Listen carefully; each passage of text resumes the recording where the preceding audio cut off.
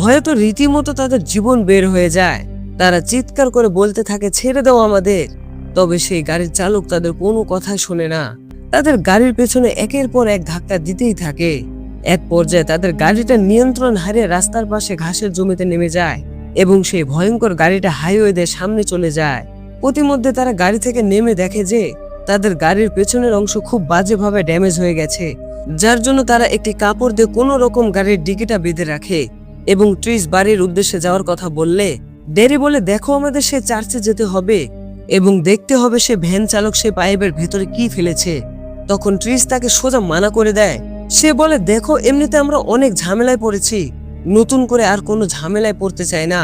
আর এমনিতে আমরা অনেকদিন পর বাড়িতে যাচ্ছি, তাই আমাদের জন্য বাড়ির দিকে যাওয়াটাই ভালো হবে। এবং যেটা নিয়ে তাদের মধ্যে একটু কথা কাটাকাটি হয়। তবে ড্যারি তাকে বলে, দেখো হয়তো এটাই সে 23 বছর আগের খুনি, তাই আমাদের চার্চে যেতে হবে এবং পুলিশকে কল করে সবকিছু জানাতে হবে, যাতে করে সেই খুনিকে আমরা ধরে দিতে পারি। এবং দেখা যায় এক পর্যায়ে ট্রিস রাজি না থাকলেও শেষ পর্যন্ত ড্যারির কথায় সে রাজি হয়ে যায় এবং দেখতে দেখতে তারা সে চার্চের সামনে চলে আসে।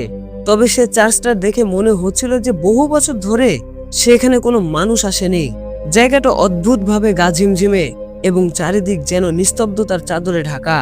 এক পর্যায়ে তারা হাঁটতে হাঁটতে সেই পাইপের সামনে যায়।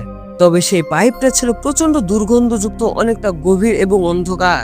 তবে হঠাৎ তারা ভেতর থেকে চিৎকারের শব্দ পায়, যার জন্য ভেতরে কি আছে এটা দেখার জন্য ড্যারি ট্রিসকে গাড়ি থেকে লাইট আনতে বলে। তবে সেই পাইপটা এতটাই গভীর আর অন্ধকার ছিল যে তারা লাইট দিয়েও কিছু দেখতে পায় না, যার জন্য ড্যারি সে পাইপের ভেতরে ঢুকে পড়ে এবং তার পা বাইরে থেকে ট্রিস ধরে রাখে। তবে কোনোভাবে ড্যারি ভেতরের কিছু দেখতে পায় না। এক পর্যায়ে ড্যারির সামনে হঠাৎ একটি ইঁদুর চলে আসে, যেটা দেখে ড্যারি অনেক ভয় পেয়ে যায় এবং চিৎকার শুরু করে। আর প্রচন্ড নাড়াচাড়ার জন্য ট্রিসের হাত ফসকে যায় এবং ড্যারি সোজা সে পাইপের ভেতরে পড়ে যায় এবং মাথায় আঘাত লাগার কারণে ড্যারি তাৎক্ষণিক সেখানে জ্ঞান হারায়।